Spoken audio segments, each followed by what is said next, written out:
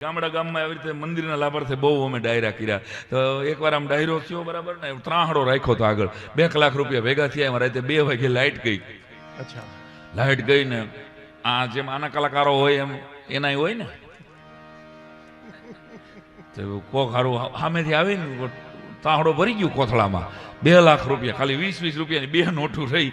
મેં સરપંચને બોલાવ્યા, મેં કહ્યું બંધ કરો, કોઈક પૈસા લઈ ગયું. મેં કીધું ભાઈ જેણે પૈસા લીધા હોય હા એ આવીને ભાઈ દઈ જવા, ધર્માદાના પૈસા છે.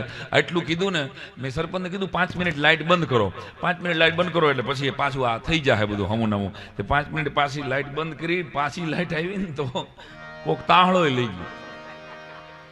આગળ એક વડીલ બેઠા હતા રામેશ્વર ભાઈ, કે હવે તમારા પેટી તબલા હાચવજો જોઈએ. ગયા કાં તો અમારું ગામ ફાળો કર્યા જેવું નથી. મને કે કાં મને કે આની પેલા કલાકારો આવ્યા હતા ને, અનાથ આશ્રમ વાળા એકવાર આવ્યા હતા, તો અમારા ગામમાં એક ભાઈએ 2 છોકરા દાનમાં લખાવ્યા હતા.